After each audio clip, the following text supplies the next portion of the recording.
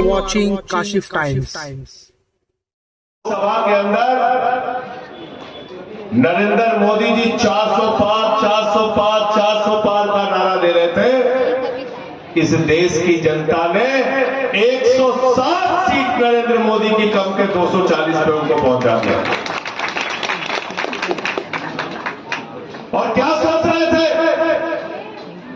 सोच रहे थे काम नहीं करेंगे,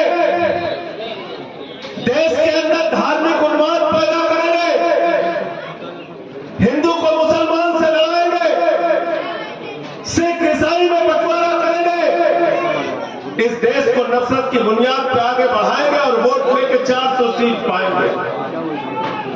यही ख्वाब देखा था नरेंद्र मोदी ने, यही ख्वाब देखा था भारतीय जनता पार्टी ने। राम के भरोसे चुनाव लड़ रहे थे, लेकिन प्रभु श्री राम ने कहा कि हम बेईमानों को, भ्रष्टाचारियों को, झूठ बोलने वालों को, देश को धोखा देने वालों को माफ नहीं करें। झूठ बोलते हैं कि नहीं बोलते हैं प्रधानमंत्री जी, बताओ। बोलते हैं कि नहीं बोलते? मैं अपने मोदी जी के बारे में एक चीज कहता हूं, मोदी जी के अंदर कोई हुनर हो ना हो, गंजे को भी कंघी बेचना जानते हैं। जानते नहीं जानते? बताओ। जानते कि नहीं जानते? कहने लगे नौजवानों वोट दे दो, 2 करोड़ नौकरी हर साल दे देंगे। 20 करोड़ नौकरी मिल गई क्या 10 साल में? मिल गई क्या? फिर बोले इतना काला धन लाएंगे, इतना काला धन लाएंगे, जहाज में भर भर के लाएंगे, बैलगाड़ी से लाएंगे, रिक्शे पे लाद के लाएंगे, खूब काला धन लाएंगे, स्विट्जरलैंड की बैंक से लाएंगे और हर आदमी के खाते में कितना जमा कर देंगे? सबको याद है, कोई भूला नहीं। असलम भाई आपके यहाँ भी पैसा नहीं आया? आया क्या? नहीं आया। आया? सबसे ज्यादा नाराज लालू जी थे, कह रहे थे हमारे 7 बेटा बेटी, हम और राबड़ी, सबसे ज्यादा पैसा हमारा आ रहा था, 1 रुपया नहीं आया। 15 लाख के नाम पे झूठ बोला। फिर कहने लगे किसानों की आमदनी 2 गुना कर देंगे, उनको झूठ बोला।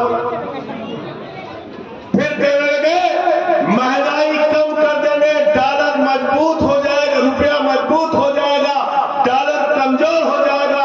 रुपए की हालत पतली हो गई, डॉलर मजबूत हो गया। वो भी झूठ बोला। बोले 40 रुपए में डीजल बिकेगा और 50 रुपए में पेट्रोल बिकेगा।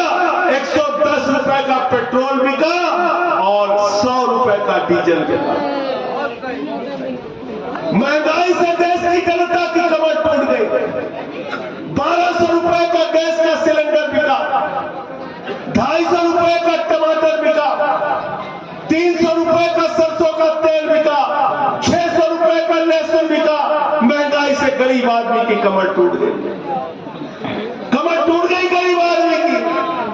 और मैं आप लोगों से कहने के लिए आया हूं, असलम शेख भाई को जब वोट देने के लिए जाना तो नरेंद्र मोदी जी की बात को याद करके जाना। अब ये भी नाराज हो गए, हमसे कह रहे मोदी की बात याद करके हमारे वोटर को जाओ। मैं आपके वोटर को कह रहा हूं मोदी की बात याद करके जाना। मोदी जी ने कहा था भाइयों और बहनों, जब घर से निकलना तो गैस का सिलेंडर देख के निकलना। तब 400 रुपए का सिलेंडर था, आज संजय सिंह आपसे कहने के लिए आया है जब वोट देने के लिए जाना तो घर का सिलेंडर देख के निकलना। 1200 रुपए का सिलेंडर हो गया। और जब घर से निकलना है वोट देने के लिए तो अपने पेट्रोल वाली बाइक भी देख के निकलना। 100 रुपए का पेट्रोल हो गया। जब घर से निकलना तो डीजल वाली कार भी देख के निकलना, वो भी महंगी हो गई। तेल भी महंगा हो गया, डीजल 100 रुपए का मिला। सरसों के तेल का डब्बा भी देख के निकलना, वो दाल का डब्बा भी देख के निकलना, वो आटे का डब्बा भी देख के निकलना। अगर तुमको महंगाई याद रहेगी, अगर तुमको बेरोजगारी याद रहेगी, अगर तुमको गैस का सिलेंडर बढ़ा हुआ दाम याद रहेगा, अगर तुमको याद रहेगा कि प्रधानमंत्री नरेंद्र मोदी ने तुमको झूठ बोलने का काम किया, तुम्हारे साथ विश्वासघात करने का काम किया, तो वोट महाविकास अघाड़ी को दे देना, कांग्रेस पार्टी को दे देना, असलम शेख को दे देना।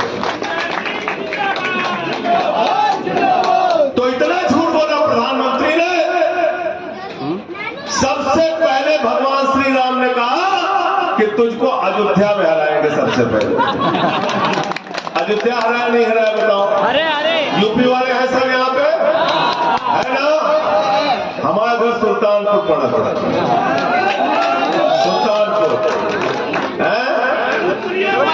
अयोध्या हारे भाजपा वाले, सुल्तानपुर हारे, अकबरपुर हारे, प्रयागराज हारे, चित्रकूट हारे, सीतापुर हारे, रामपुर हारे। जहां जहां से भगवान श्री राम गए सारी की सारी सीट भाजपा वाले हारे। हारे नहीं हारे बताओ? अरे अरे हारे कि नहीं हारे? और यहां नासिक भी हार गए, हार गए कि नहीं हार गए?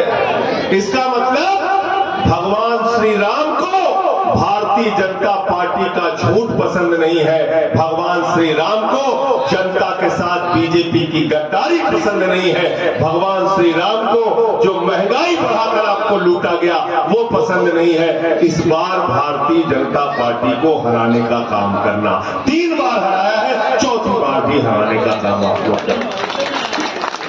तैयार हो तुम लोग? तैयार हो? फालतू के नारों में तो नहीं फंसोगे? जो लोग कोई काम नहीं करते वो चुनाव में आपको भड़काने का काम करते हैं। अभी क्या बोल रहे योगी जी आके यहाँ पे? कह रहे बटोगे तो कटो, कह रहे कि नहीं कह रहे? कह रहे कि नहीं? मैं आपसे कहने के लिए आया हूं, अगर बटोगे तो भारत का संविधान खत्म होगा, अगर बटोगे तो आरक्षण खत्म होगा, अगर बटोगे तो बाबा साहब डॉक्टर भीमराव अंबेडकर का अपमान होगा, अगर बटोगे तो देश में महंगाई आसमान पे पहुंच जाएगी, अगर बटोगे तो महाराष्ट्र से 2 लाख करोड़ की योजना गुजरात चली जाएगी, अगर बटोगे तो बेरोजगारी के कारण नौजवान आत्महत्या करेगा, अगर बटोगे तो किसान आत्महत्या करने के लिए मजबूर होगा, अगर बटोगे तो भारत की सेना 4 साल के ठेके पे अग्निवीर के नाम पे रखी जाएगी, अगर बटोगे तो हिंदुस्तान को बर्बाद कर दिया जाएगा, महाराष्ट्र को बर्बाद किया जाएगा। इसलिए मैं आपसे कहना चाहता हूं, न बटिए न कटिए, मिलकर भाजपा को रखिए।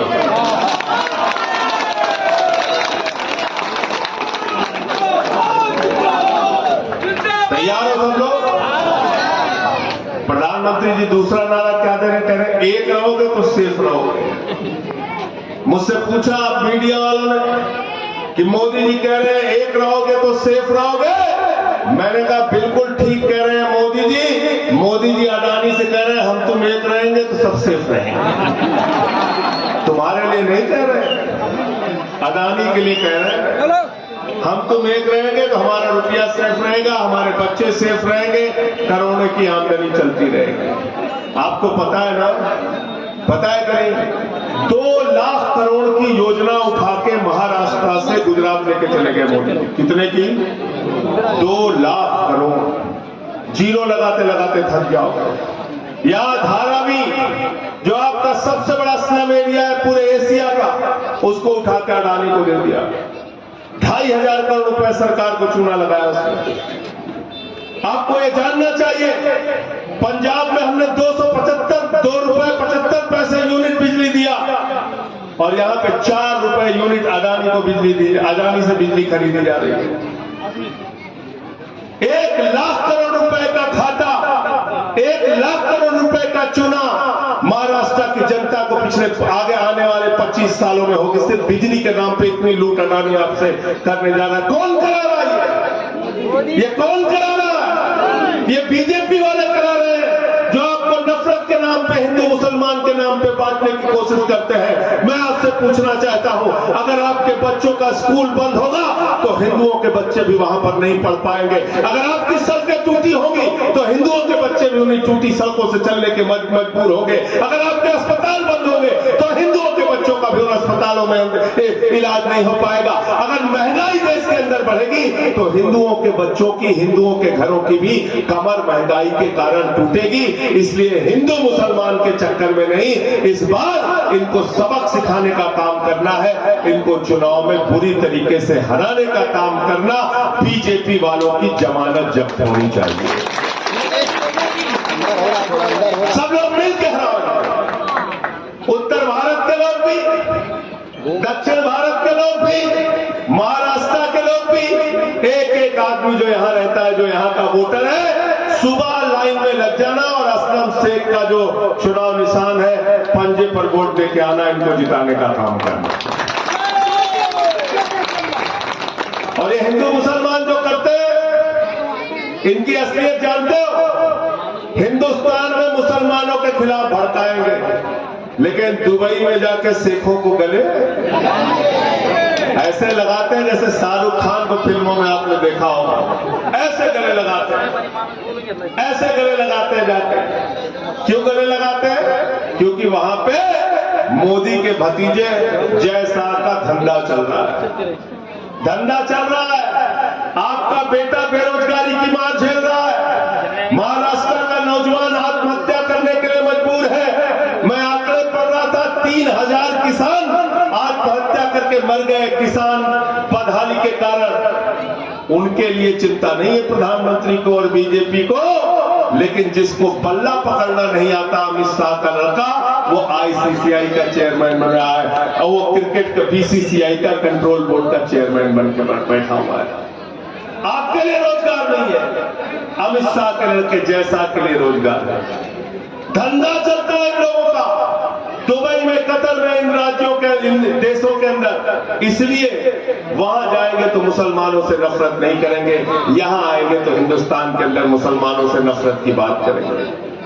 और मैं तो कहना चाहता हूं प्रधानमंत्री जी से कि प्रधानमंत्री जी, अगर 10 साल आपके प्रधानमंत्री रहने के बाद आप भाषण दे रहे हैं कि मंगलसूत्र चोरी हो जाएगा, भैंस चोरी हो जाएगी, रोटी चोरी हो गई, अब तो हद हो गई, मुझे शर्म आती है। भारत के प्रधानमंत्री ने एक भाषण में कहा बेटी चोरी हो जाएगी, शर्म आती है मुझे, अफसोस है ऐसा व्यक्ति भारत का प्रधानमंत्री बना हुआ है। मैं तो कहना चाहता हूं, तुम्हारे 10 साल प्रधानमंत्री रहने के बाद भी अगर बेटी चोरी हो जाएगी तो तुमको प्रधानमंत्री रहने का अधिकार नहीं है, प्रधानमंत्री पद से इस्तीफा दो। आप देश को भड़का रहे, किसी मुद्दे की बात नहीं करते। अभी चुनाव हो रहा है, इस चुनाव में कोई मुद्दे की बात नहीं कर रहे, कहीं बटोगे कटोगे के नारे लगा रहे हैं, कहीं एक है तो सेफ है के नारे लगा रहे हैं, समाज को हिंदू मुसलमान पे बांटने की बात करते हैं। मैं आप लोगों से कहना चाहता हूं, इनसे सावधान हो जाना। हमारे यहाँ बरेली का ममीरे का सुरमा मिलता है, उसके ऊपर लिखा रहता है नक्कालों से सावधान। क्या लिखा रहता है? नक्कालों से सावधान। ये भारतीय राजनीति के सबसे बड़े नक्काल हैं, ये झूठ बोलने वाले लोग हैं, हर एक चीज में समाज को बांटने वाले लोग हैं। इनसे होशियार रहना, इनसे सावधान रहना और मिलकर इस बार महाविकास अघाड़ी को जिताना है। सरकार बन रही है महाविकास अघाड़ी की, और इसलिए हम समर्थन करने के लिए आए हैं कि महाविकास अघाड़ी के घोषणा पत्र में लिखा है सरकार बनने के बाद माताओं और बहनों के लिए 3000 रुपए हर महीने दिया जाएगा।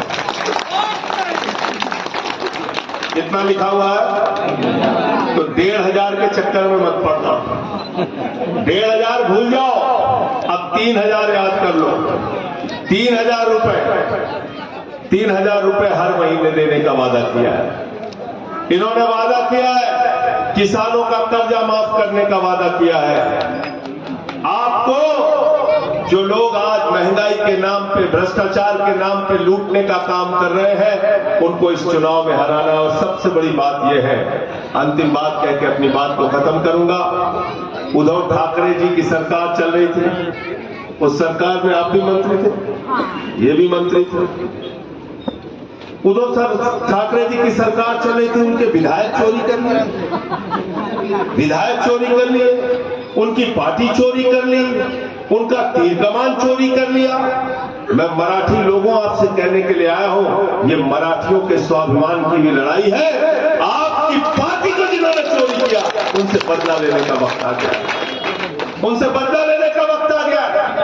बालासाहेब ठाकरे की पार्टी को चोरी करने का काम किया गया, उद्धव ठाकरे की पार्टी को चोरी करने का काम किया गया। मुझे शर्म आई जब मैंने महाराष्ट्र के विधानसभा में देखा, वहां 50 खोके एकदम ओके, 50 खोके एकदम ओके, 50 करोड़ में, खोका मतलब करोड़ ही तो होता है, 50 करोड़ में बीजेपी वालों ने विधायक खरीदने का काम किया, पार्टी को तोड़ने का काम किया।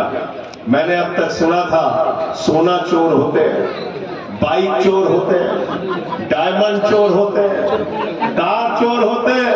ये भारतीय जनता पार्टी वाले ये पार्टी चोर है, तीर कमान की चोरी करते हैं, घड़ी चोर है, घड़ी चोर है, घड़ी चोर, घड़ी चोर।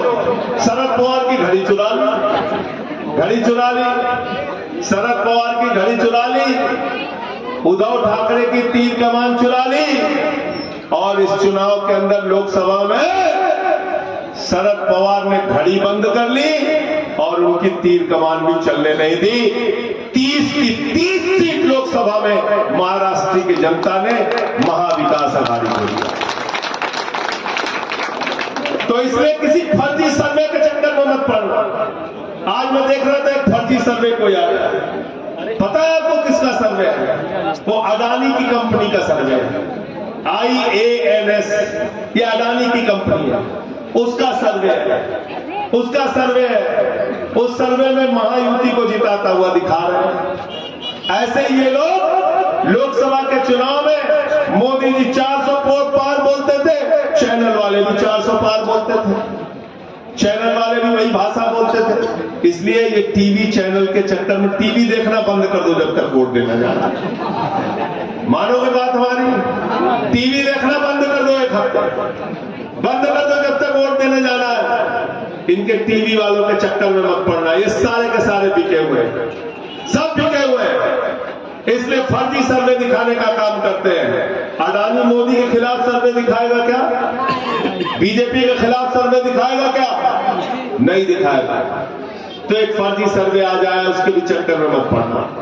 इसलिए जिन लोगों ने आपके पार्टियों को धोखा दिया, आपकी पार्टियों को तोड़ा, सरकार लोकतंत्र की हत्या करके बनाई, संविधान की हत्या करके बनाई, जिन लोगों का मकसद भारत के संविधान को खत्म करना है, लोकतंत्र को खत्म करना है, पार्टियों को खत्म करना है, आम आदमी पार्टी को भी खत्म करने की इन्होंने कोशिश की। अरविंद केजरीवाल जी को गिरफ्तार किया, मनीष सिसोदिया को गिरफ्तार किया, सत्येंद्र जैन को गिरफ्तार किया, मुझे 6 महीने जेल में रखा, दबाव बनाया कि इनके सामने झुक जाऊं, टूट जाऊं, रुक जाऊं, लेकिन हमने कहा ना हम झुकेंगे, ना रुकेंगे, ना टूटेंगे, बीजेपी वालों से लड़ते रहेंगे, इनके नफरत की राजनीति के खिलाफ लड़ते रहेंगे, क्योंकि नफरत की बुनियाद पर हिंदुस्तान नहीं बन सकता। ये हिंदू मुस्लिम सिख ईसाई भाईचारे वाला देश है, ये 144 करोड़ हिंदुस्तानियों का देश है। जो लोग कहते हैं बटेंगे कटेंगे, मैं उनसे कहना चाहता हूं कोई नहीं बटेगा, हम सब मिलकर बीजेपी को हराने का काम करेंगे, नफरत की दुकान बंद करने का काम करेंगे। तुम कैसी बातें कर रहे हो? हम एक नया बदलाव, एक नया परिवर्तन महाराष्ट्र के अंदर भी देखना चाहते हैं। साथियों और दोस्तों, मैं इसलिए आया उस चुनाव प्रचार में क्योंकि मुझे 6 महीने जेल में रखा गया। कोई गुनाह नहीं था मेरा। 23 मुकदमे मेरे खिलाफ उत्तर प्रदेश में हुए, पीएमएलए का मुकदमा डाल के मुझे जेल के अंदर डाला गया। एक ही कोशिश थी कि इनके सामने झुक जाऊं। आपको तय करना है आपको किसकी तरफ खड़े होना है। आपको तय करना है कि आज नफरत की राजनीति करने वालों के साथ खड़े होंगे या नफरत की राजनीति करने वालों के खिलाफ खड़े होंगे। अगर नफरत की राजनीति को खत्म करना चाहते हो, अगर मोहब्बत की बुनियाद पर हिंदुस्तान को आगे बढ़ाना चाहते हो, तो याद रखना आज जरूरत है भारतीय जनता पार्टी को पूरे देश में हराने की, इनकी राजनीति को खत्म करने। और जितने लोग इनके साथ हैं, शिंदे हो गए, अजीत पवार हो गए, इनके सबके किसी के चक्कर में मत पड़ना। जहां जहां आपको मौका लगे आप इनके प्रत्याशियों को हराने का काम कीजिए और यहां से भाई असलम शेख जी को यहां से जिताने का काम कीजिए। आपके 3 बार के विधायक हैं, इस बार उनको बम्पर वोट से जिताने का काम कीजिए।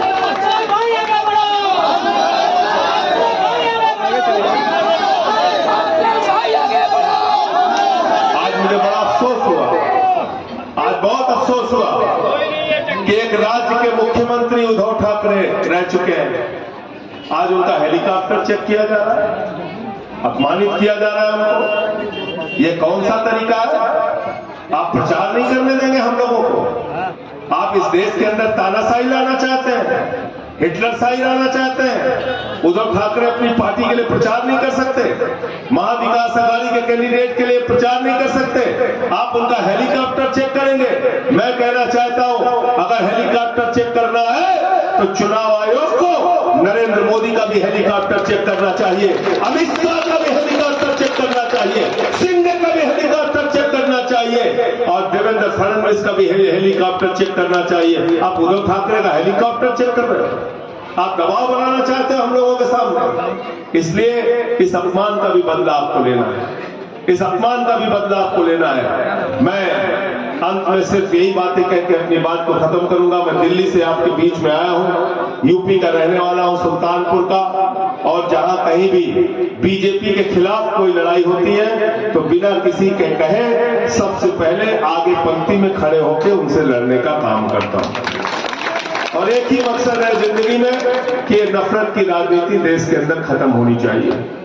ये हिंदू मुसलमान के नाम पे बंटवारा खत्म होना चाहिए। हमको मिलकर इस देश को आगे लेके जाना है। मैं आप सबसे अंत में इन्हीं लाइनों के साथ कि ये अमन बिक रहा है, चमन बिक रहा है, गरीबों के तन का कफन बिक रहा है, बाजारों में बहनों का तन बिक रहा है। यारो बुरा न मानो तो कह दो, इन बेईमानों के हाथों वतन बिक रहा है, इन बेईमानों के हाथों वतन बिक रहा है। इस वतन का सौदा करने वाले लोगों से आपको इस मुल्क को बचाना है और जो हमारे धर्म का संदेश है उसको अपने जीवन में उतारना है। हिंदू धर्म की अगर हम बात करें तो हिंदू धर्म कहता है वसुधैव कुटुंबकम, पूरा विश्व हमारा परिवार है। हिंदू धर्म की अगर हम बात करें तो हिंदू धर्म कहता है हर पूजा की समाप्ति के बाद हाथ जोड़कर हम प्रार्थना करते हैं, कहते हैं धर्म की जय हो, अधर्म का नाश हो, प्राणियों में सद्भावना हो, विश्व का कल्याण हो। जो धर्म पूरे विश्व के कल्याण की बात करता है, जो धर्म मानवता के कल्याण की बात करता है, जो धर्म पूरे दुनिया के लोगों के कल्याण की बात करता है, उस धर्म में नफरत फैलाने की बात नहीं हो सकती, उस धर्म के अंदर बंटवारे की बात नहीं हो सकती। और अगर हम इस्लाम की बात करें तो इस्लाम के नबी हजरत मोहम्मद साहब सल्लल्लाहु अलैहि वसल्लम, जिनका नाम हर एक व्यक्ति सम्मान से लेता है, उनका नाम ही अपने आप में बहुत बड़ा संदेश देता है। नबी को कहते हैं रहमतुल आलमीन। क्या कहते हैं? रहमतुल आलमीन, पूरे आलम पर, पूरी दुनिया पे रहमत करने वाला। तो जिस धर्म के नबी का नाम ही रहमत करने वाले पर जुड़ा हो तो आप कभी भी उस धर्म के नाम पे भी नफरत फैलाने की बात नहीं कर सकते। तो हिंदू धर्म हो चाहे इस्लाम धर्म हो, धर्म में बुराई नहीं है, धर्म के नाम पे झगड़ा कराने वालों में बुराई है। इसलिए भारतीय जनता पार्टी का नाम मैंने बदल के भारतीय झगड़ा पार्टी ये झगड़ा पार्टी है, तो इनसे सावधान रहिए। बहुत बहुत शुक्रिया, बहुत बहुत धन्यवाद। आने वाले आ जाओ। अरे आने वाले यार